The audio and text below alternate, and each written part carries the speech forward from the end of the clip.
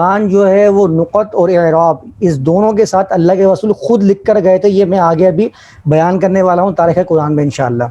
اس لیے کہ ہمارے ہاں جو رائج ہے جو لوگوں میں ایک بات وہ یہ ہے کہ اللہ کے رسول قرآن کو لکھوا کر نہیں گئے تھے، بلکہ لوگوں نے بعد میں جیسے کہ ابو بکر صدیق کے زمانے میں ایک جگہ یکجا کیا، جمع کیا، اور دونوں گتوں کے درمیان جو قرآن ہمارے پاس موجود ہے یہ ابو بکر صدیق یا ابو بکر کا جمع کردہ ہے جس کو زید بن حارث نے جمع کیا. اور اس کے بعد جو قرات کا معاملہ ہے یہ پوری تاریخ قرآن میں آتا ہے. تو سب سے پہلے ہم جمع القرآن کو جو اس کا محاذ ہے، اس کو میں محاذ کہہ رہا ہوں کیونکہ اس سے قرآن کی جو تواتر ہے یا قرآن کی جو حقیقت ہے جس کو ہم علم الیقین قرآن کو کہتے ہیں اس پہ ضرب کاری ہوتی ہے. کیسے ہوتی ہے اس کو بھی ہم پڑھ لیتے ہیں. سب سے پہلے قرآن کے بارے میں جو جمع کرنے کا ذکر ہے وہ اللہ تعالیٰ نے قرآن میں ہی فرمایا سورۃ القیامہ کے اندر، ان علینا جمعہ و قرآن، بے شک ہم پر اس کا جمع کرنا بھی ہے اور اس کا پڑھنا بھی ہے. یہ پڑھنا اور جمع کرنا اس کی ذمہ داری اللہ تعالیٰ نے خود لی ہے. اور جمع یہ اس کی ضد ہے کس چیز کی؟ اشتاتا کی. قرآن کے اندر اشتاتا کا ورڈ آیا ہے، جمیعاً و اشتاتا. قرآن نے اس کے واضح معنی جو ہے متعین کر دی ہیں کہ اشتاتا جو ہے وہ جدا جدا ہونا ہے، اور جمع ہوتا ہے مطلب متفرق چیزوں کو ایک جگہ جمع کر دینا، منتشر چیزوں کو ایک جگہ جمع کر دینا، اس کو کہتے ہیں جمع کر دینا. تو ان علینا جمعہ و قرآن، ہم پر اس کا جمع بھی ہے اس کا پڑھنا بھی ہے اللہ تعالیٰ کے اوپر. فَإِذَا قَرَأْنَاهُ فَاتَّبِعْ قُرْآنَ، پس جب ہم اس کو پڑھ لیں تو تم اس پڑھے ہوئے کی اتباع کرو. ثم ان علینا بیانا، پھر بے شک ہم پر ہی اس کا بیان بھی ہے. بیان اور جمع یہ سب اللہ تعالیٰ نے اپنے اوپر لیا ہے، اپنے ذمہ لیا ہے. ایک جگہ اللہ نے فرمایا انا نحن نزلنا الذکر، ہم نے ذکر نازل کیا ہے، وَإِنَّ لَهُ لَحَافِظُونَ، اور ہم ہی اس کی حفاظت کرنے والے ہیں. جمع جو اللہ تعالیٰ نے کیا ہے یہ اللہ تعالیٰ نے اپنے رسول کے ذریعے اس قرآن کو جمع کرایا، کیونکہ قرآن پہنچانے کی ذمہ داری یہ خالصتاً اللہ کے رسول پر لگائی گئی تھی. اللہ کے رسول کی یہ ذمہ داری تھی کہ اللہ تعالیٰ نے جو بھی پیغام رسول کو دیا ہے وہ رسول لوگوں کو چھوڑ کر جائیں، لوگوں میں بتا کے جائیں. یہ قرآن کی آیت ہی اس کے اوپر دلیل ہے کہ بلغ ما انزل الیک من ربک، جو کچھ تیرے رب کی طرف سے تیری طرف نازل کیا گیا ہے اس کو لوگوں تک پہنچا. تو اللہ کے رسول کی یہ ذمہ داری تھی کہ قرآن کو لوگوں میں جمع کروا کے اور اس کو سمجھا کے اس کو بیان کر کے کہ اللہ نے کیا بیان کیا ہے. یہ کام اللہ کے رسول کی اپنی ذمہ داری تھی کہ قرآن کا جمع کرنا یہ اللہ کے ذمہ تھا. اللہ تعالیٰ اپنی کتاب کی تکمیل اور تدوین اپنے منتخب رسولوں کے ذریعے ہی کرواتا ہے، لوگوں کے ہاتھوں میں نہیں چھوڑ دیتا کہ رسول لوگوں کو دے دیں اپنی صوابدید کے مطابق وہ جو چاہیں اس کو لکھ دیں یا جیسا چاہیں اس کو لکھ کے لوگوں میں مشہور کر دیں. ایسا نہیں کرتا. اللہ تعالیٰ اپنے رسول کے ذریعے اپنی رسالت کی حفاظت فرماتا ہے. یہ رسولوں کی ذمہ داری ہوتی ہے کہ اللہ تعالیٰ کی طرف سے جو نازل کردہ ہے اس کو جمع کر کے لوگوں میں بیان کر کے جائیں. اور یہ ذمہ داری اس کا ذکر قرآن کے اندر خود موجود ہے.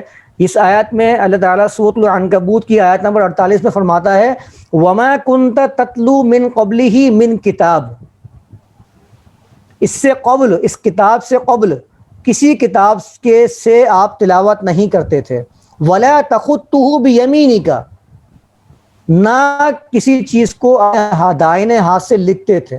اِذًا لَارْتَابَ الْمُبْطِلُونَ، تب تو باطل ٹھہرانے والے شک میں مبتلا ہوتے. اس آیت میں آپ دیکھیے وَمَا كُنْتَ تَتْلُو مِن قَبْلِهِ، اس سے قبل کی جو قید لگائی گئی ہے اس آیت کے اندر یہ خود اس بات کو واضح کر رہی ہے کہ اس سے قبل اللہ کے رسول نہ تو کسی کتاب کی تلاوت کرتے تھے، تلاوت کا مطلب پڑھنا، اور نہ ہی کسی چیز کو اپنے دائیں ہاتھ سے لکھا کرتے تھے. خطن کا معنی میں نے لکھ دیا ہے، خطن کا معنی ہوتا ہے کتابت کرنا. کتاب و مخطوطہ جو آپ لوگوں کو پتہ ہے کہ روایات یا احادیث کے مخطوطے ہوتے ہیں اس کو کہتے ہیں لکھی ہوئی کتاب. من قبل ہی سے پتہ چل رہا ہے کہ اللہ کے رسول کسی کتاب سے لکھا نہیں کرتے تھے نہ ہی پڑھا کرتے تھے. تو اس من قبل ہی کے بعد جب کتاب کا نزول ہو گیا تو اس کا معنی کیا بنے گا کہ اس کے بعد اللہ کے رسول کتاب سے تلاوت کیا بھی کرتے تھے اور اپنے ہاتھ سے لکھا بھی کرتے تھے. یہ اس بات کی بین دلیل ہے کہ اللہ کے رسول کے اوپر جب قرآن کا نزول ہو گیا تو اللہ کے رسول اس کتاب کی تلاوت بھی کرنے والے بن گئے، اور اللہ کے رسول اس کو اپنے ہاتھوں سے لکھا کرتے تھے، اپنے ہاتھ سے. جو ہمارے یہاں مشہور ہے اللہ کے رسول کو لکھنا نہیں آتا تھا، اللہ کے رسول کو پڑھنا نہیں آتا تھا، جبکہ ہم یہ کہتے ہیں کہ اللہ کے رسول معلم تھے، یعلمہم الکتاب، کتاب کی تعلیم دیا کرتے تھے. ان کے بارے میں ہم کہتے ہیں کہ اللہ کے رسول ان پڑھ تھے. ان پڑھ تعلیم دے سکتا ہے؟ ان پڑھ آپ کو سکھا سکتا ہے؟ سکھا ہی نہیں سکتا. تو ہمارا متضاد رویہ اللہ کے رسول کے بارے میں. ہم ایک طرف یہ مانتے ہیں کہ اللہ کے رسول تعلیم دینے والے معلم تھے، مزکی تھے، تزکیہ نفس کرنے والے تھے، لوگوں کو حکمت سکھانے والے تھے، لوگوں کو کتاب سکھانے والے تھے. اور دوسری طرف ہمارا ماننا یہ ہے کہ اللہ کے رسول جو وہ ان پڑھ تھے، ان کو پڑھنا ہی نہیں آتا تھا. تو نہیں، اس کے یہ اوپر میں انشاءاللہ آگے جو میرا ٹاپک ہے موضوع، اس پہ میں انشاءاللہ بیان کروں گا. ابھی آپ یہ دیکھیں کہ کتابت کس کے ہاتھ سے ہو رہی ہے؟ اللہ کے رسول کے ہاتھ سے. وَلَا تَخُطُّوا بِيَمِينِكَ مِنْ قَبْلِهِ، اس سے قبل اللہ کے رسول اپنے داہنے ہاتھ سے کوئی چیز نہیں لکھا کرتے تھے. اور اس کے بعد کیا ہوا پھر؟ اللہ کے رسول کے بعد جب قرآن آیا، مفہوم مخالف کیا ہے اس کا؟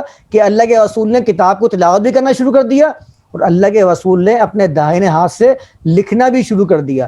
اور یہاں پر کتاب کون سی کتاب ہے؟ اس کتاب کو جاننے کے لیے آپ اس سے پچھلی آیات کو دیکھ لیجئے. یہ آیت نمبر 48 میں نے آپ کے سامنے تلاوت کی ہے سورۃ العنکبوت کی. آپ اس کے سپارہ کے شروع 21ویں کا شروع جو ہو رہا ہے وہ آیت نمبر 45 سے ہو رہا ہے. آپ دیکھ لیجئے کتاب کون سی ہے جو اللہ کے رسول نہ لکھا کرتے تھے نہ پڑھا کرتے تھے. یہ والی آیت پیش کر کے ہمیں بتایا جاتا ہے کہ اللہ کے رسول کو کتاب پڑھنی ہی نہیں آتی تھی، اللہ کے رسول کو لکھنا ہی نہیں آتا تھا. اس کتاب کے بارے میں پڑھ لیں، اتلو ما اوحی الیک من الکتاب، تلاوت کر جو وحی کی گئی ہے تیری طرف کتاب سے. واقیم الصلاۃ، یہاں پر کتاب کا ذکر آ گیا. اس کتاب سے کون سی خاص کتاب؟ وہ کتاب جو اللہ کی طرف سے نازل شدہ ہے. دوسری آیت میں دیکھیں، ولا تجادلوا اہل الکتاب، اہل الکتاب جو اہل سے منسوب کیا گیا ہے کتاب سے، کتاب والے. یہ کون کتاب والے تھے؟ جن کے پاس اللہ تعالیٰ کی طرف سے نازل شدہ کتابیں موجود تھیں، ان کو اہل الکتاب آج بھی کہا جاتا ہے.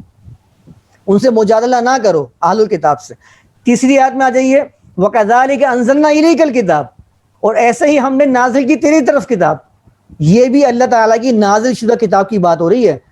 اس کے بعد چوتھی آیت میں آ جائیے، وَمَا كُنْتَ تَتْلُو مِنْ قَبْلِهِ مِنْ کتاب، کسی کتاب سے نہیں پڑھتے تھے. یعنی جتنی کتابیں اللہ تعالیٰ کی طرف سے نازل شدہ لوگوں کے پاس موجود تھی، وہ اللہ کے رسول ان کتابوں کو نہیں جانتے تھے، ان کی تلاوت نہیں کیا کرتے تھے. یہ اصل میں دلیل دی جا رہی ہے اس بات کی کہ تمہاری کتابوں میں جو باتیں لکھی ہوئی ہیں اور قرآن ان کی تصدیق کر رہا ہے، تو تم ان باتوں کو جھٹلا کیسے رہے ہو؟ اللہ کے رسول نے ان کتابوں سے اخذ کر کے نہیں بتایا تمہیں. اللہ کے رسول وہ بتا رہے ہیں جو اللہ تعالیٰ کی طرف سے نازل شدہ ہے. یہ دلیل دی جا رہی ہے کہ اللہ کے رسول پچھلی کتابوں کا نہیں سنا رہے تمہیں جو تمہارے پاس موجود ہیں، اللہ تعالیٰ کی طرف سے نازل شدہ سنا رہے ہیں، کیونکہ اللہ کے رسول کے پاس وہ کتابیں موجود ہی نہیں تھی، نہ وہ کتابیں تلاوت کیا کرتے تھے. یہ ان خاص کتابوں کی بات ہو رہی ہے جو اللہ تعالیٰ کی طرف سے نازل شدہ ہیں. اور ہمیں پیش ایسا کیا جاتا ہے کہ کوئی کتاب پڑھتے ہی نہیں تھے، یعنی ان کو پڑھنا ہی نہیں آتی تھی کتاب، ان کو لکھنا ہی نہیں آتا تھا. یہ ان کتابوں کی بات اللہ تعالیٰ فرما رہا ہے جو آسمانی کتابیں ہیں. وَلَا تَخُطُّهُ بِيَمِينِكَ، اور نہ اپنے دائنے ہاتھ سے اللہ کے رسول کو کتاب لکھا کرتے تھے. جو جس کی وجہ سے جو یہ شک میں پڑھ رہے ہیں، ان کو شک کیا تھا کہ یہ تو اساطیر الاولین ہے.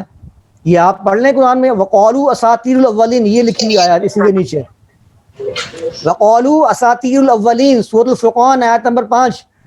کافر کہتے ہیں کہ اساطیر الاولین یہ تو پچھلوں کی لکھی ہوئی باتیں ہیں. وہی جو اس آیت میں سورۃ العنکبوت میں بیان کیا اللہ تعالیٰ نے کہ یہ جو باطل ٹھہرا رہے ہیں کتاب کو، اللہ تعالیٰ کی طرف سے نازل شدہ کتاب کو، اور یہ کہہ رہے ہیں کہ یہ تو پچھلوں کی کتاب ہے.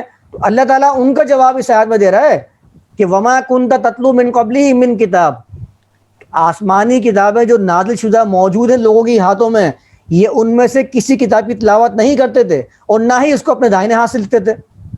لیکن جب قرآن نازل ہو گیا تو اب من قبلی سے کیا معنی بنا کہ اب اللہ کے رسول کتاب کو لکھتے بھی ہیں اپنے داہنے ہاتھ سے اور لوگوں میں تلاوت بھی کرتے ہیں. تو اس کا مطلب کیا ہوا کہ یہ کتاب جو ہے وہ اللہ کے رسول نے قرآن کو خود اپنے ہاتھ سے لکھا اور ہاتھ سے لکھ کر لوگوں میں اللہ تعالیٰ کے رسول منتقل کر کے گئے ہیں. دوسری دلیل اس بات کی، وَقَالُوا أَسَاطِيرُ الْأَوَّلِينَ، کافروں نے کہا کہ یہ تو پچھلوں کی لکھی ہوئی باتیں ہیں، سطر سطر کا معنی میں نے لکھ دیا یہاں پر، سیدھی لائنوں میں لکھنا، صف بند ہونا، اس کے دو معنی آتے ہیں عربی زبان کے اندر. سطر یہ تو ہمارے اردو کے اندر ہی معروف ہے. سطر کسے کہتے ہیں؟ لائنوں کو، لائنیں بنانا، کتاب میں لائنوں میں لکھنا. وقالوا اساطیر الاولین، وہ کہتے ہیں یہ تو پچھلوں کی لکھی ہوئی باتیں ہیں. اکتتبھا، اکتتبھا آپ یاد غور کر لیں، اس نے لکھا ہے اس کو. رسول اللہ کے رسول پہ الزام لگایا جا رہا ہے کہ اس نے خود لکھا ہے اس کو. اگر اللہ کے رسول کو لکھنا نہیں آ رہا ہوتا تو کیا کافر جو ہیں وہ اللہ کے رسول پہ یہ الزام لگاتے؟ کبھی نہیں لگاتے. آگے کافر کا کہتے ہیں، اللہ نے بیان فرمایا ان کو بیان، فاہیت تملا علیہ بکرۃ واصیلا. تملا جس کو آپ اردو میں املا کہتے ہیں، انگلش میں ڈکٹیشن کہتے ہیں. اور املا کیسے کیا جاتا ہے آپ سب جانتے ہیں، ہمارے یہاں معروف ہے یہ چیز کہ املا کیا ہوتا ہے. آپ سامنے والے کو کچھ الفاظ کہیں اور وہ لکھے اپنے ہاتھ سے، اس کو املا کہتے ہیں. اس کو کہتے ہیں ڈکٹیشن، کہ آپ الفاظ کو پڑھ رہے ہوں اور سامنے والا آپ کے الفاظ کو لکھ رہا ہو اپنے ہاتھوں سے، یہ ڈکٹیشن کہلاتا ہے. فاہیت تملا علیہ بکرۃ واصیلا. کافر کہتے تھے کہ اس نے خود لکھا ہے اس کو، اور یہ اس کے اوپر املا کیا جاتا ہے صبح و شام. املا کرتے ہیں اور یہ اپنے ہاتھوں سے اس کو لکھ رہا ہوتا ہے. تو یہ دونوں دلیلیں قرآن سے یہ بات کو واضح کرتی ہیں کہ اللہ کے رسول قرآن کو اپنے ہاتھ سے لکھا کرتے تھے. اللہ کے رسول نے لوگوں کے ہاتھ میں کتاب کو دے نہیں دیا کہ تم جو چاہو لکھو اور پڑھ کے بتا دیا کہ تم لکھتے رہو. اللہ کے رسول کو پتہ ہی نہیں چل رہا ہے کہ وہ کیا لکھ رہے ہیں. لوگوں کے بارے میں، لوگوں کے اندر یہ گمان موجود ہے اللہ کے رسول کے بارے میں کہ اللہ کے رسول کو پتہ ہی نہیں تھا وہ کیا لکھ رہے ہیں. یہ اصل میں قرآن کو مشکوک بنانے کی ایک خطرناک قسم کی سازش تھی. جو لوگ کہتے ہیں نا قرآن میں تحریف ہو گئی ہے، کیونکہ تحریف کے بارے میں ان کو یہ بات پھیلائی ہے انہوں نے کہ اللہ کے رسول تو پڑھنا نہیں جانتے تھے، اللہ کے رسول لکھنا نہیں جانتے تھے. اللہ کے رسول لوگوں کو صرف بتا دیا کرتے تھے کہ یہ اللہ تعالیٰ نے نازل کیا ہے. اب لوگوں کی جو مرضی آ رہی ہے وہ لکھ رہے ہیں. بعد والوں نے اس میں چینجنگ کر دی. جو صحابہ پہ الزام لگایا جا رہا ہے کہ صحابہ جو ہیں وہ اللہ کے رسول کو پھر گئے تھے، تو قرآن کی جو حقانیت ہے اس کو مجروح کرنے کے لیے یہ کہانیاں گھڑی گئی ہیں کہ اللہ کے رسول کو قرآن پڑھنا جو ہے وہ لکھا ہوا سب پڑھنا نہیں آتا تھا، کہ لکھا ہوا کیا ہے. جبکہ ہمارے ہاں کوئی عالم دین جس کو ہم عالم دین سمجھتے ہیں، کیا آپ اس کے بارے میں یہ گمان کرتے ہیں کہ اس کو پڑھنا اور لکھنا نہیں آتا وہ قرآن یا حدیث؟ ہم تو اس کو عالم دین شماری اس وقت کرتے ہیں جب کہ پڑھنا لکھنا جانتا ہو. تو اللہ کے رسول جو دین کا علم بتانے والے ہیں، کیا اللہ کے رسول کے بارے میں یہ سوچ سکتے ہیں کہ اللہ کے رسول کو پڑھنا نہیں آتا ہوگا، لکھنا نہیں آتا ہوگا؟ جو میراث کی آیاتیں لوگوں میں بیان فرما رہے ہیں، لوگوں کو میراث کھول کھول کے بتا رہے ہیں کہ تمہارے میراث ایسی ہے، اس میراث کے اندر کیا ہے؟ وہ میراث کتنا مشکل فن سمجھا جاتا ہے ہمارے ہاں. اللہ کے رسول اس کی تعلیم دے رہے ہیں اور ہمارا گمان اللہ کے رسول ان کو پڑھنا نہیں آتا تھا، ان کو لکھنا نہیں آتا تھا. خود لکھنے کی دلیل قرآن کے اندر موجود ہے. تو کافر بھی یہ بات مانتے تھے کہ اللہ کے رسول کو لکھنا آتا ہے، اور ہم لوگ اس بات کو انکاری ہیں کہ اللہ کے رسول کو لکھنا آتا تھا. کافر خود کہہ رہے ہیں کہ اس کو خود انہوں نے اپنے ہاتھ سے لکھا ہے، اور یہ املا صبح شام کروایا جاتا تھا ان کے اوپر. ٹھیک ہے، تو بھائی ذرا آپ کچھ بات کہہ رہے ہیں وہ کر لیجیے تاکہ پھر میں آگے ان روایات کا جائزہ پیش کروں جو روایات ہمارے یہاں موجود ہیں. جب ہم نے کلاس شروع کی تھی تو ذکر ہوا تھا امی کا، کہ رسول جو ہے وہ امی ہے، وہ کافی وضاحت سے ڈسکس ہوا تھا، لیکن اس وقت یہ اسٹوڈنٹس یہاں پہ تھے نہیں. آئی ایم ناٹ شیور کہ وہ آگے ڈسکس ہوگا یا وہیں پہ ختم ہو گیا یہ ٹاپک اور اب روایت کی طرف جا رہے ہیں. نہیں، ابھی ہم لوگ جمع قرآن کی جو جمع ہے اس کے بارے میں پڑھ رہے ہیں. اگلا جو ہمارا موضوع ہے یہ دیکھیے، اگلا ہمارا موضوع یہ امی والا ہے. یہ دیکھیے آگے نبی امی کی وضاحت. ٹھیک ہے ٹھیک ہے، یہ دوسرا پوائنٹ ہے ہمارا، دوسرا موضوع ہے.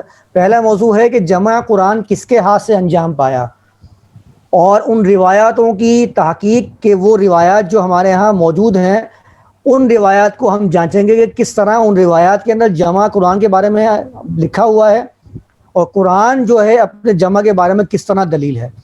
تو اللہ کے رسول اپنے ہاتھ سے لکھا کرتے تھے قرآن کو. اللہ کے رسول نے لوگوں کی ثوابدید پر نہیں چھوڑ دیا تھا کہ اللہ کے رسول بتائیں اور لوگ لکھ لیا کریں. اللہ کے رسول لکھا کرتے تھے اور اسے لوگوں میں تلاوت کیا کرتے تھے. اس سورۃ البینہ کی آیات بھی ذہن میں آ رہی ہے کہ اس میں آیا ہے رسول من اللہ یتلو صحفا مطہرہ، کہ ایک رسول اللہ تعالیٰ کی طرف سے آ جائے جو تلاوت کرے پاکیزہ صحیفے، پاکیزہ صحیفے تلاوت کرے لوگوں کے سامنے. تو اللہ کے رسول لوگوں کے سامنے صحیفے تلاوت کیا کرتے تھے. صحیفہ کتاب کو کہتے ہیں. جی فراز کچھ کہہ رہے ہیں؟ جی یہ کچھ روایتوں میں یہ بھی ہے کہ جو کتب جو یہ آتا ہے کہ جیسے معاویہ رضی اللہ عنہ اور یہ زید ابن ثابت، ان کو وہ بھی لکھتے تھے رسول اللہ کے ڈکٹیشن پہ بھی. کیا وہ روایت میں وہ کمزوری ہے یا کیا اس میں آپ کیا آ جائیں معاملہ نا، ہے؟ وہ یہ روایت یہ رہی صحیح بخاری کی روایت ہے، حوالہ موجود ہے، دیکھیے اردو کے اندر بھی عربی کے اندر بھی، آپ اس کو زیادہ جائزہ لیجئے. اور سب سے پہلے تو آپ یہ دیکھیے کہ روایت میں لکھا ہوا کیا ہے، اور ہم سمجھتے ہیں کہ یہ کوئی بڑی فضیلت والی چیز ہم تک پہنچ گئی ہے یہ روایت، جس سے ہمیں ہمارا معاملہ اس سے حل ہو گیا کہ ہمیں قرآن کی تاریخ پتہ چل گئی، جبکہ ہمیں یہ تاریخ جو ہے وہ مسخ کر کے پہنچائی جا رہی ہے اس روایت کے ذریعے. آپ دیکھیں یہ روایت ہے کیا. اردو متن میں پڑھ کے بتاتا ہوں آپ کو کہ پورا واقعہ شاید آپ لوگوں نے سنا ہوگا کہ جنگ یمامہ کے اندر ایک بڑے صحابہ کی تعداد جو ہے وہ شہید ہو گئی.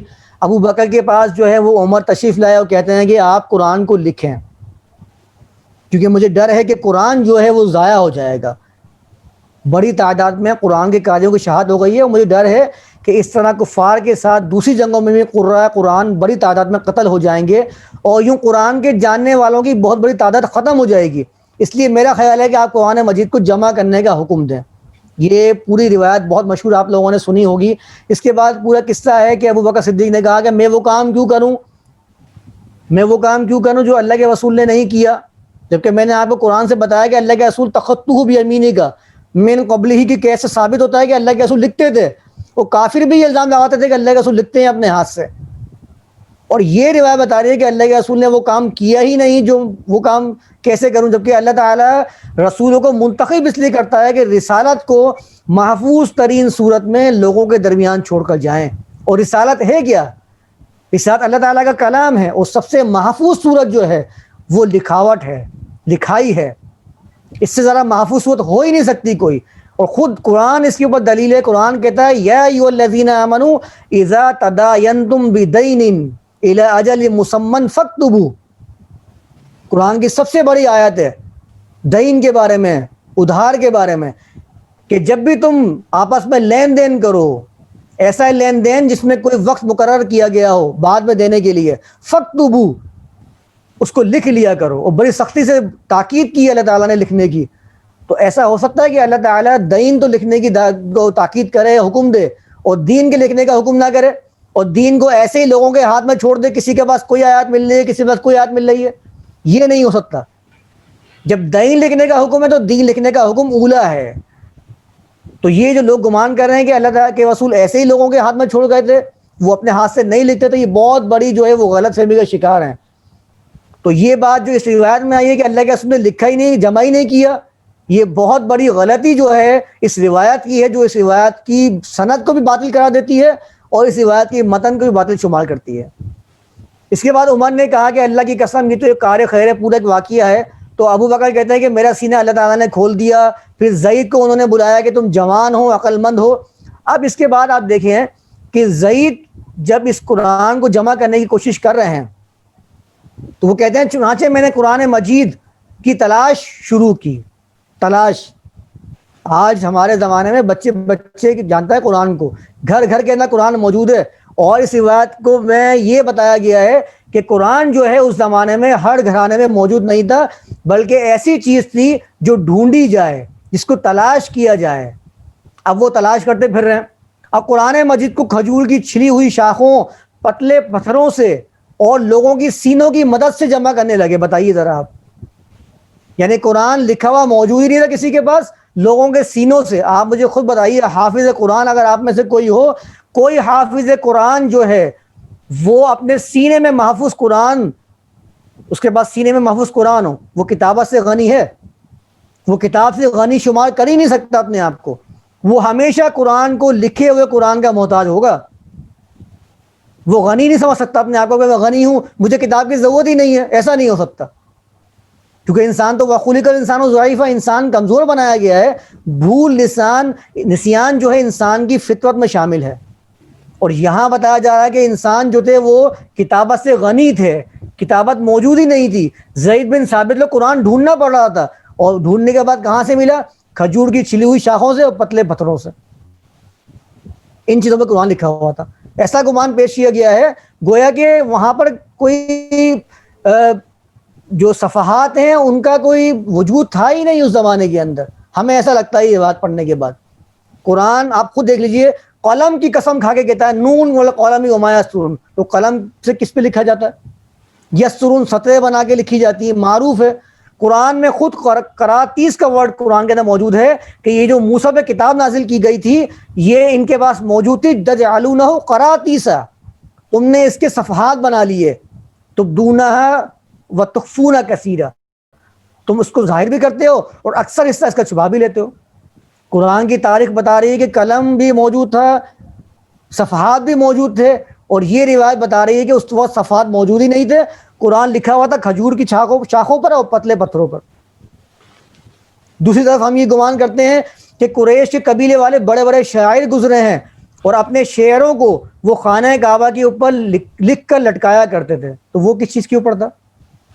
وہاں پر تو ہم بڑے دیوان کھول کے بیٹھ جاتے ہیں کہ صفحات میں موجود تھا, اور قرآن کی بات آتی ہے تو ہمیں صرف کھجور کی چھلی ہوئی شاخیں ملتی ہیں اور پتلے پتھر ملتے ہیں, اور کچھ ملتے نہیں لکھنے کے لیے. آگے پڑھ لیجئے, آگے والی آپ بات تو اور زیادہ اس کو مشکوک بناتی ہے. سورۃ التوبہ کی آخری آیتیں ہیں, سنیے گا ذرا غور سے. سورہ توبہ کی آخری آیتیں مجھے ابو خزیمہ انصاری کے پاس لکھی ہوئی ملی. یہ چند آیات مکتوب شکل میں ان کے سوا اور کسی کے پاس نہیں تھیں. لقد جاءکم رسول من انفسکم عزیز علیہ ما عنتم سے لے کر آخر تک. یہ کتاب, یہ آیتیں کسی کے پاس لکھی ہوئی موجود ہی نہیں تھی. یہ مجھے کہاں ملی؟ یہ ابو خزیمہ انصاری کے پاس ملی. یہ زید بن ثابت کا ذکر پڑھ رہا ہوں میں آپ کے سامنے. انہوں نے کتاب کو بتایا کہ یہ کتابیں اللہ کے رسول کے زمانے میں قرآن جمع نہیں ہوا, اور وہ کام میں کیوں کروں کہ جو کام اللہ کے رسول نے نہیں کیا. پھر وہ اس پر راضی ہو گئے ہیں, اور اس کے بعد ان کو قرآن ڈھونڈنے سے مل رہا ہے, اور وہ توبہ کی آخری آیتیں ان کو کہیں سے ملی نہیں رہی ہیں. وہ آیتیں ان کو ملی ہوئی کہاں سے ملی؟ ابو خزیمہ انصاری سے. یہ زید بن ثابت کا آپ کول پڑھ لیجئے اس روایت کے اندر. دوسری روایت اسی باب کے اندر صحیح بخاری کتاب فضائل قرآن کے اندر حدیث نمبر 4986 میں نے پڑھی ہے. اب یہ والی آیت آ جائیے, ابن شہاب زہری, یہ اس کا بنیادی راوی ہے, اسے سن لیجئے گا. ساری روایت اس نے بیان کی جب القرآن کی. سمع زید بن ثابت سے سنا فقط تو آیات من الاحزاب, سورۃ الاحزاب کی آیتیں مجھ سے مفقود ہو گئیں. یہ اس کا معنی ہے عربی کا ورڈ کا, مجھ سے مفقود ہو گئیں. جب میں مصحف کو لکھ رہا تھا اس وقت سورۃ الاحزاب کی کچھ آیاتیں مجھے نہیں مل رہی تھیں, حالانکہ میں اس آیت کو بھی اللہ کے رسول سے سنا کرتا تھا. بتائیے ذرا, یہ آیتیں ایسا نقشہ پیش کر رہی ہیں گویا کہ صحابہ اللہ کے رسول سے قرآن سنا کرتے تھے اور بھول جایا کرتے تھے. ان کو پتہ ہی چلتا تھا آیتیں کون سی ہیں, نہ لکھی ہوئی ہوتی تھی موجود, وہ ڈھونڈنی پڑتی تھی ان کو, بڑی مشکل سے ملتی تھی. وہ کھجور کی شاخوں پر, چھلی ہوئی شاخوں پر, اور اس کے اوپر پتھروں پر لکھی ہوئی ملتی تھی. اس کے بعد کہتے ہیں کہ مجھے سورہ احزاب کی آیات نہیں ملی, حالانکہ میں اس کو اللہ کے رسول سنا کرتا تھا اور آپ اس کی تلاوت کیا کرتے تھے. پھر ہم نے اسے تلاش کیا تو وہ خزیمہ بن ثابت انصاری کے پاس ملی. تلاش کرنے کے بعد وہ آیت کون سی تھی؟ من المؤمنین رجال صدقوا ما عاهدوا اللہ علیہ. صحیح بخاری کتاب قرآن کے فضائل جمع کرنے کا بیان 4988. یہ دونوں روایت آپ دیکھ لیجئے. اس روایت میں قرآن کے بارے میں کیسی ضرب کاری کی گئی ہے کہ صحابہ کے درمیان قرآن جو تھا وہ مفقود تھا. ایک بچے کے گھر میں قرآن موجود نہیں تھا کیونکہ اللہ کے رسول کو لکھنا نہیں آتا تھا. اللہ کے رسول نے قرآن جمع نہیں کیا, اور غیر محفوظ صورت میں اللہ کے رسول قرآن کو اپنے ساتھیوں کے پاس چھوڑ کر اللہ کے پاس تشریف لے گئے. یہ شدید سخت سنگین قسم کا الزام ہے اللہ کے رسول کی رسالت کے اوپر کہ اللہ کے رسول غیر محفوظ صورت میں, یہ جو صورت آپ کو دکھائی گئی اس روایت میں یہ غیر محفوظ صورت ہے, یہ محفوظ صورت نہیں کہلاتی. محفوظ صورت یہ ہے کہ اللہ کے رسول نے اپنے ہاتھ سے لکھ کے قرآن اپنے ساتھیوں کو دیا, اور آج تک وہی قرآن ہمارے ہاتھوں میں موجود ہے. یہ محفوظ صورت ہے جس کا دعویٰ اللہ تعالیٰ نے قرآن میں کیا ہے, اور ہم قرآن کو اٹھائے پھرتے ہیں. اور دوسری جگہ ہم یہ ثابت کرتے ہیں کہ قرآن اللہ کے رسول کے بعد مفقود ہو چکا تھا. اللہ کے رسول نے غیر محفوظ صورت میں صحابہ کو دیا, اور صحابہ اس کو تلاش کیا کرتے تھے, سن کے بھول چکے تھے قرآن کو, ان کو آیتیں نہیں ملتی تھی. اس کے بعد کسی ایک اکا دکا صحابی کے پاس مل گئی آیت تو وہ لکھ لی. تو پھر وہ جو الزام لگاتے ہیں کہ قرآن جو ہے محفوظ صورت میں نہیں ہے, صحابہ نے جہاں چاہا وہاں لکھ دیا, تو وہ صحیح الزام ہے, پھر اس میں غلط کیا ہے, ہم اس کی نفی کرتے ہیں. جب ہم نفی کر رہے ہیں تو ہم دلیل تو سمجھ لیں پہلے نفی کس صورت میں کر رہے ہیں. یہ 2 حدیثیں آپ نے پڑھ لی صحیح بخاری کی, اب آپ کسی حدیث پڑھیں. حدیث نمبر ہے صحیح بخاری فضائل قرآن کی حدیث ہے, یہ بھی صحابہ میں سے قاری حضرات, یہ باب بندہ ہوا ہے حدیث نمبر 5003, یعنی کہ 12 13 14 15ویں نمبر کے بعد یہ حدیث آ رہی ہے. اب اس میں آپ دیکھیے کیا لکھا ہوا ہے, آپ کو حدیث کے میں تصاویر دکھا رہا ہوں. انس بن مالک سے پوچھا کہ رسول اللہ کے زمانے میں قرآن کو کن لوگوں نے جمع کیا تھا, بتائیے. یہ ہے صحیح بخاری کی روایت ہیں, شدید متضاد ہیں ایک دوسرے سے. ایک روایت میں دکھا ہے کہ اللہ کے رسول کے زمانے میں وہ کام ہوا ہی نہیں, اور کون جمع کرنے میں معمور ہوا؟ زید بن ثابت, جنہوں نے کہا کہ میں وہ کام کیوں کروں جو اللہ کے رسول نے نہیں کیا, قرآن جمع کیوں کروں. وہ آیتیں ڈھونڈتے پھر رہے ہیں, کہہ رہے ہیں میں نے آیتیں اللہ کے رسول سنی ہیں اور مفقود ہو گئی ہیں. مفقود کا مطلب سمجھتے ہیں نا آپ, ختم ہو چکی ہیں, اور تلاش کرتے پھر رہے ہیں, اور کسی ایک صحابی کے بعد جا کے ان کو آیتیں ملی ہیں, وہ لکھ دی انہوں نے اس آیت کو. اور اس روایت میں کیا لکھا ہوا ہے کہ انس بن مالک سے پوچھا گیا کہ اللہ کے رسول کے زمانے میں قرآن کو کن لوگوں نے جمع کیا تھا. انہوں نے بتلایا کہ 4 صحابیوں نے, یہ چاروں قبیلہ انصار سے ہیں. پہلے کا نام ابی بن کعب, دوسرے کا معاذ بن جبل, زید بن ثابت اور ابو زید. حدیث نمبر 5003. جب زید بن ثابت اللہ کے رسول کے زمانے میں قرآن جمع کر رہے تھے, تو اس وقت جب ابو بکر صدیق نے ان سے کہا کہ ہم قرآن کو جمع کریں گے, تم قرآن جمع کرو, تو زید بن ثابت یہ کیوں نہیں کہہ رہے تھے کہ میں تو جمع کر چکا ہوں قرآن, میرے پاس موجود ہے, اللہ کے رسول کے زمانے جمع کیا تھا میں نے, لاؤ میں لے کے آتا ہوں میں قرآن. وہ ڈھونڈنے کی ضرورت کیوں پڑ رہی ہے ان کو؟ اور جب قرآن وہ جمع کر چکے تھے اللہ کے رسول کے زمانے میں, تو وہ یہ بات کیوں کہہ رہے ہیں کہ اللہ کے رسول سے پہلے یہ آیتیں سنی تھی, لیکن یہ آیتیں آپ اللہ کے رسول قرأت بھی کیا کرتے تھے, اب وہ مجھ سے مفقود ہو گئی. مفقود کا مطلب ذہن سے بھی محو ہو چکی ہیں, بھول چکے ہیں ان آیتوں کو, اور لکھا ہوا تو ہے ہی نہیں ان کے پاس. اب وہ ڈھونڈتے پھر رہے پورے زمانے کے اندر, پورا مدینہ چھان رہے. وہاں جا کے کوئی ایک صحابی جس کا نام خزیمہ بن ثابت ہے, غیر مشہور صحابی جس کو کوئی جانتا نہیں ہے, تاریخ میں اس بندے کا کوئی حال احوال ملتے ہی نہیں ہمیں کہ کون تھا. منافق بھی تھے اللہ کے رسول کے زمانے کے اندر, منافق بھی تو تھے نا اللہ کے رسول کے زمانے میں, یہ پتہ ہی نہیں کہ منافق تھا مومن تھا کون تھا. وہاں سے وہ آیت لے کر آ رہے ہیں اور مصحف میں جمع کر رہے ہیں. اب آپ مجھے خود بتائیے کہ یہ ہماری تاریخ جو لکھی ہوئی ہے کتنا شدید اس کے اندر اضطراب ہے. ایک جگہ قرآن کی بات کی جا رہی ہے کہ اس کو صحابہ جمع کر رہے ہیں, اور صحابی بھی کون؟ زید بن ثابت. اور دوسری جگہ وہی صحابی کہہ رہے ہیں کہ میں وہ کام کیوں کروں جو اللہ کے رسول نے نہیں کیا, اور ڈھونڈتے پھر رہے ہیں قرآن کی آیتوں کو. تو اس سے قرآن کی ضرب کاری یہ پڑ رہی ہے کہ یہ قرآن کے غیر محفوظ ہونے کی بہترین دلیل ہے کہ اللہ کے رسول کے بعد قرآن غیر محفوظ تھا, محفوظ نہیں تھا. غلط کہتے ہیں ہم لوگ جو محفوظ ہے. ان روایات کی روشنی میں قرآن بہترین دلیل ہے اس بات کی کہ غیر محفوظ تھا. صحابہ بھول چکے تھے, صحابہ کو آیتیں نہیں پتہ تھی, اللہ کے رسول غیر محفوظ صورت میں لوگوں کے ہاتھ میں چھوڑ کر گئے قرآن. اور اس کے بعد لوگوں نے اپنی مرضی سے جہاں چاہا جو آیات جس سے ملتی رہی وہ لکھتے رہے. تو پھر ہم قرآن کے بارے میں یہ کیوں کہتے ہیں قرآن متواتر ہے؟ ایک نسل نے دوسری نسل کو منتقل کیا. یہ تو ایک بندے نے منتقل کیا آیات, خزیمہ بن ثابت کا نام لکھا ہوا ہے, یہ آیات تو اس نے دیا ہمیں, تو متواتر کہاں سے ہوئی؟ خبر واحد ہے. اور خبر واحد جو ہوتی ہے یہ اصول ہے, علماء کے درمیان معروف ہے یہ اصول کہ خبر واحد یقین کا جو علم نہیں دیتی, ظن کا علم دیتی ہے. اور ہم قرآن کے بارے میں یہ دعویٰ کرتے ہیں قرآن جو ہے وہ یقینی علم ہے, حتمی علم ہے. ہم حتمی طور پر یہ کہہ سکتے ہیں کہ قرآن میں اللہ تعالیٰ نے یہ بات کہی ہے یقینی طور پر, جس کو کہتے ہیں علم الیقین, شک موجود نہیں ہوتا ہے ہمارے کہنے میں. اور یہاں ہم ثابت کرتے ہیں روایتوں سے, اور اس پر ایمان رکھتے ہیں گویا کہ قرآن کی آیات ہوئی ہے. ہم ایمان رکھتے ہیں کہ اللہ کے رسول کے بعد قرآن غیر محفوظ تھا, اور صحابہ نے اس کو کسی ایک بندوں سے, چند بندوں سے لکھ لیا. تو یہ متواتر تو نہیں ہوا, یہ تو خبر واحد ہو گئی. اور خبر واحد ہو گئی تو گمان ہو گیا, ظن ہو گیا. اور ظن کی کیا حیثیت ہے علم کے مقابلے میں؟ اللہ قرآن فرماتا ہے ان یتبعون الا الظن وان الظن لا یغنی من الحق شیئا. یہ صرف گمان کی پیروی کرتے ہیں, اور گمان جو ہے وہ حق کے مقابلے میں غنی نہیں کر سکتا. تو جب کفار جن کو ہم اہل کتاب کہہ رہے ہیں, توراہ اور انجیل, ان کا بھی تو گمان ہی ہے نا کہ یہ اللہ تعالیٰ کی کتاب ہے, یقین تو ان کے پاس بھی نہیں ہے. میں نے آپ کو ابھی دلیلیں دی ہیں اس بارے میں. ساری جو پوری کی پوری بائبل جو ہے وہ منقول ہے، راویوں کے ذریعے نقل ہوئی بھی آئی ہے، خبر واحد سے نقل ہوئی بھی ہے پوری کی پوری بائبل.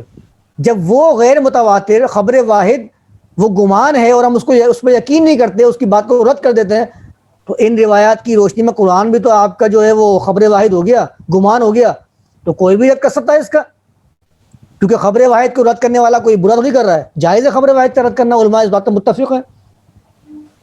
تو سب سے بڑی چوٹ جو لگائی ہے قرآن کی حقانیت کے اوپر، قرآن کے تواتر کے اوپر، وہ ان روایتوں نے لگائی ہے. اور ان روایتوں کو ہم مانتے بھی ہیں، لوگوں کو سناتے بھی ہیں، اور جمعے کے خطبوں میں علماء کے بیان، علماء کے دروس کے اندر آپ یہ روایتیں سنتے بھی ہوں گے، مانتے بھی ہوں گے. ہماری درسی کتابوں کے اندر موجود ہے کہ اللہ کے رسول کے بعد ابو بکر صدیق نے جمع کیا ہے قرآن. جس سے آپ پوچھیں گے پہلا جواب اس کا یہ ہوگا کہ ابو بکر نے جمع کیا ہے. اور یہ الزام پھر دوسرے لگاتے ہیں کہ ابو بکر نے جمع کیا ہے، وہ تو انسان تھے اور ان کی خواہشیں بھی شامل ہو گئی اس کے اندر. یہ والی آیت یہاں نہیں تھی، یہاں تھی، یہ والی آیت یہاں تھی، اور کچھ آیتیں جو ہے وہ چھپا لی انہوں نے، جو اہل بیت یعنی کہ علی اور ان کے فضائل میں آئی تھی. کیا غلط کہہ رہے ہیں وہ؟ جب آپ نے اس کو گمان کر دیا، زن کر دیا، 50 باتیں آپ بھی کر سکتے ہیں، میں بھی کر سکتا ہوں. یہ ہماری تاریخ کا حال ہے. اس لیے میں بار بار یہ بات کہتا ہوں کہ تاریخ آپ قرآن سے اخذ کریں. قرآن پچھلی امتوں کی تاریخ بھی بتائے گا آپ کو، اور قرآن آگے زمانے میں کیا ہونے والا اس کے بارے میں بھی خبر دے گا، اور قرآن اپنے وجود کے بارے میں بھی دلیل بن کے آپ کے سامنے آئے گا. پھر اس وقت آپ کو یہ اشکال پیدا نہیں ہوں گے کہ اعراب کا مسئلہ جو ہے یہ کیا ہے، نقطوں کا مسئلہ کیا ہے، یا قرآن جو ہے وہ جمع کس نے کیا ہے. آپ ٹھوک بجا کر یہ بات کہیں گے کہ اللہ کے رسول نے محفوظ ترین صورت میں اس قرآن کو لوگوں میں چھوڑ کے گئے تھے. اللہ کے رسول اپنے رسالت کا منصب پورا کر کے گئے تھے. اللہ کے رسول نے رسالت کے منصب میں کوئی خیانت نہیں کی تھی. آپ ورنہ اگر ان روایتوں کو پیش کریں گے تو پھر تو یہ روایتیں آپ کے لیے بہترین دلیل ہیں کہ قرآن غیر محفوظ تھا اور لوگ قرآن کو بھول چکے تھے. بعد میں آنے والوں نے اپنی طرف سے کچھ باتیں لکھ لی ہیں، اس کو قرآن بنا کے پیش کر دیا. کیونکہ آپ کو یہ نہیں پتا کہ خزیمہ بن ثابت مومن تھا منافق کا. منافقت تو دل کا حال ہے، ہمیں کیا پتا منافق تھا مومن تھا، ہوتا جھوٹ بک دیا اس نے، جھوٹی بات پیش کر دی ہو، یا آج جھوٹی ہو، اللہ تعالیٰ کی طرف سے نہیں ہو. آپ کیسے ثابت کریں گے اس بات کو؟ کیونکہ خبر واحد تو ہوتی ہی گمان کی بنیاد پر ہے. ٹھیک ہے، تو یہ باتیں آپ اپنے ذہن میں بٹھا لیجئے کہ قرآن کو اگر ثابت کرنا ہے آپ کو تو قرآن سے کرنا ہے. آپ قرآن کے لیے، اس کے ثبوت کے لیے روایات کا سہارا لیں گے تو وہ آپ کے لیے نزدیک آپ کی دلیل بن جائے گا قرآن کے غیر محفوظ ہونے کی. آپ قرآن کو محفوظ ثابت کرنا چاہ رہے ہوں گے، الٹا آپ اس کو غیر محفوظ ثابت کر دیں گے. 10 سوال آپ پہ لوگ کر سکتے ہیں کہ بھائی قرآن جو ہے اگر تم اس طریقے سے پیش کرو تاریخ اس کی، تو یہ تاریخ جو ہے اس قرآن کے کمزور ہونے کی دلیل ہے کہ قرآن جو اللہ تعالیٰ کی کتاب نہیں ہے بلکہ لوگ تو بھول چکے تھے.